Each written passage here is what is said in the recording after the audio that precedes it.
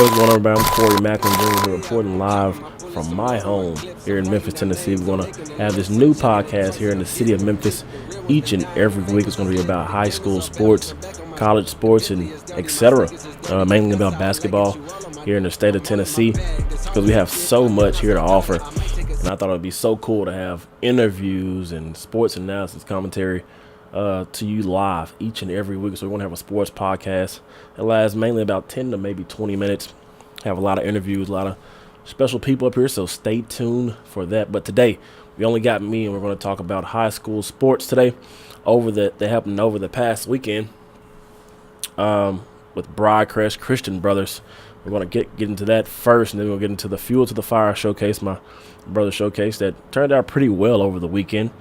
And we're also going to get into the Memphis Tigers versus UCF for the first episode of Ball Don't Lie. You see it right there under me, the Ball Don't Lie logo. So appreciate you guys tuning in. And I hope you guys tune in each and every week. I appreciate it. But let's kick into things real quick.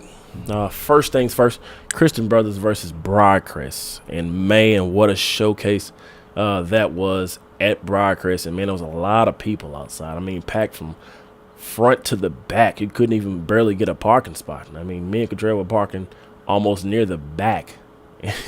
And we're media, so I mean that's kind of crazy. It was deep. It was a 1-point game. Luckily, Briarcrest came out with this one at home, but Kennedy Chandler didn't have the best performance.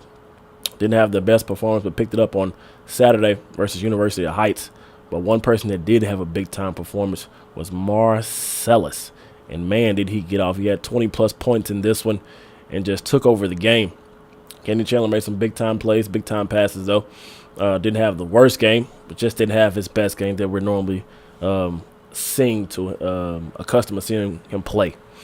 But picked things up over the weekend. But Mr. Marcellus just got things going, 20-plus points, led Briarcrest to a W over Christian Brothers. But one person you need to look out for, a ninth grader. Goodness gracious, from Christian Brothers. I did not know he was a ninth grader till that night. I've seen him play multiple times.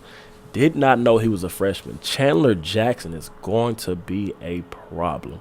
You heard it here first. He's going to be a problem. I promise you. The guy has an in and out, step back, mid-range jumper that's lethal. And I mean lethal. Can get to the cup, can get to the free throw line, as well as almost any guard in the city. I've heard a couple people that night against Briarcrest say this man is probably the best freshman in the state of Tennessee. They also said Kennedy Chandler is probably the best point guard in the state of Tennessee. I mean, a lot of opinions going on, but, I mean, the way they played that night, you really can't argue too much on it. But Briarcrest comes out with the win. Over 1-point win, 47-46, I believe, was the final score. But day 2 of the high school sports was the Fuel to the Fire showcase. Included Lausanne versus Barley in the first matchup.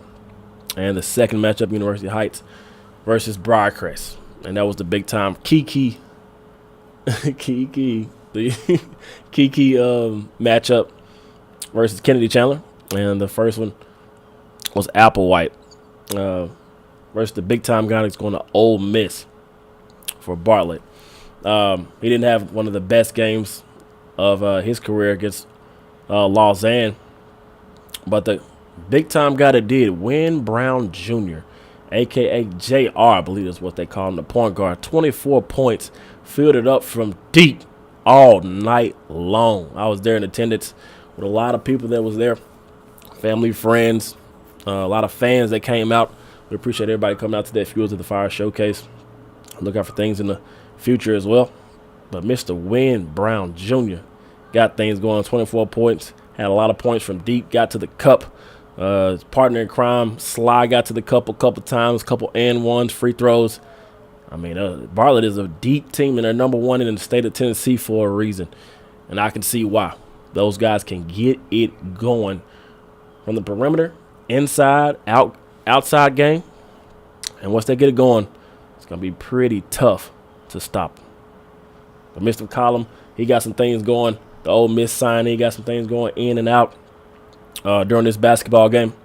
But that first game, Bartlett did get the W, pulled away in the fourth quarter. I promise you, the score was almost tied, or Bartlett was up 1, and they pulled away up 14 within the matter of 2 or 3 minutes. A lot of and ones, a lot of threes. And when I looked up at the score, they were almost up 20 in 2 to 3 minutes, quick. It happened quick. I heard people in the crowd was like, man, that happened quick. It did. Very quick. I know the coaching staff over there at Bartlett are doing one heck of a job coaching. Appreciate those guys out there. And, I mean, #1 team in the state of Tennessee. Can't beat it. The second matchup that night, University of Heights, Kiki Tandy, who was top 100 in the top 100 ranked players in the nation. Briarcrest. In the second matchup versus University of Heights, Kennedy Chandler got things going early, came out the gate. I believe he had the first 6 points, got a couple steals, layups, easy bounces, got a couple jumpers. But also Mr. Amari, Big O down there, got things going as well. Had 22 points. Kennedy Chandler ended with 24. Kiki ended, I believe, with 26. And, I mean, it was a lot to offer for Briarcrest. They got things going pretty early, and they're so big down low. They got Rodney Newsom's son down there. They got a big Amari who's down there, Mr. Marcellus down there. I mean, they're big down low. And if you do not have the personnel to stop those guys, it's going to be pretty tough to stop them. The University of Heights did not have that. They're pretty short all around. Pretty short. And Briarcrest took advantage of that. I heard the head coach say they cannot stop us down low. And they couldn't. He had a good point. They couldn't. They're way too big, way too physical. Got to the cup, got to the free throw line, just got anything they wanted, got all the rebounds. Anything you want out of a good team that night, you got out of them. And they pulled it off with a big-time W versus University of Heights that night. Kennedy Chandler, I believe, had 24. He was the MVP on that game. JR was the MVP on the first game. So big-time performances from the young guys in the state of Tennessee. Look out for all of those teams because all those teams are going to be pretty good. Kiki, I mean, goodness gracious. In and out, pull-up jumper, step back 3, get to the cup, free throw line, spin move, between the legs. I mean, he's double-teamed all night. He's still scored almost 30. A hot 30. Extra hot sauce. Extra hot sauce. Honey hot, however you like it. Lemon pepper sprinkled on top, as Cottrell likes. I mean, I like it too, you know. So I'll take that. I'll take that. But into the last little point we'll get into today, Memphis Tigers versus UCF. And, oh, my goodness, if you watched this game, if you were a Tiger fan watching this game, I know you were pretty upset. A lot of people came to me over the weekend saying, man, oh, my goodness, are you serious? Did the Tigers really start off like that? They did. Yeah, they really did. And I don't know what it is, but the Tigers play way better than they play. They play way better at home than they play on the road. I promise you. I don't know what is going on with that, but they play a whole lot better at home than they play on the road. And they got to fix that ASAP. But in this one versus UCF jumped out to a 25-1 lead. Let that sink in. 25-1. 25-1. Oh my goodness. They were getting it done from all angles. David Collins from the Bulls was getting off. They were hitting all type of threes, up and under and ones, easy buckets. I mean, everything was just about easy. The rebounds, they were getting there easy. And to cap it off, the Bulls scored 11 more points in the first half. Guess how much the Tigers scored in the entire first half?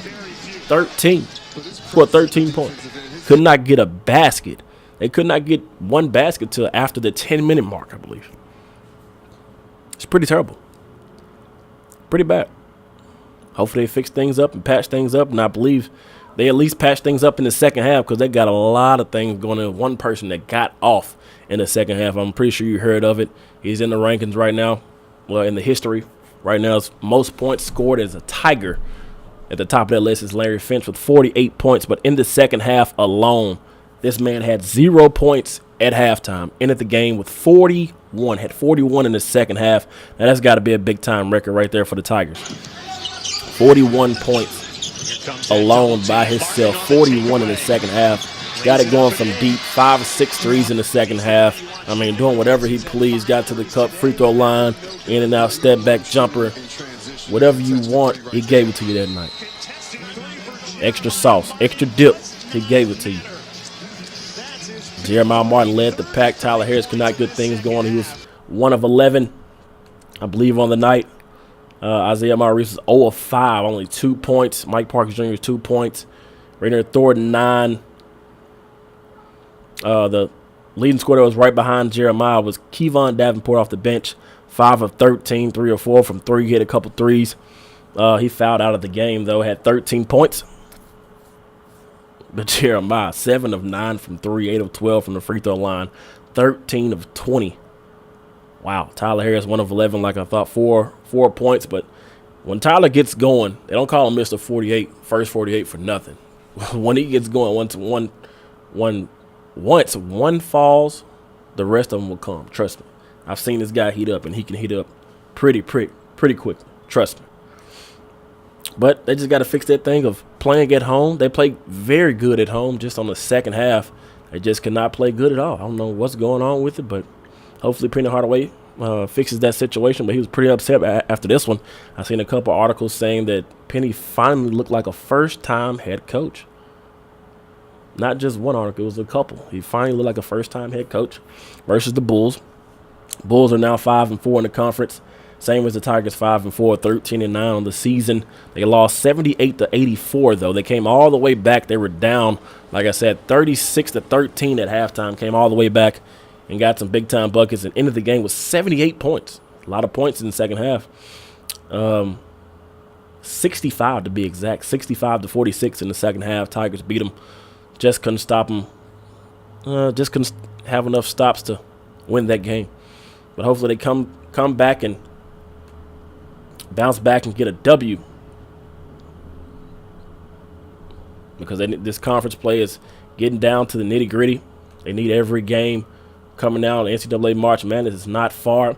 Their next game is on the 7th against Cincinnati, and Cincinnati is ranked number 25 in the nation. This game will be at home on ESPN2, so make sure you guys tune in for that one. Hopefully they can get this one and get a big-time win on their plate.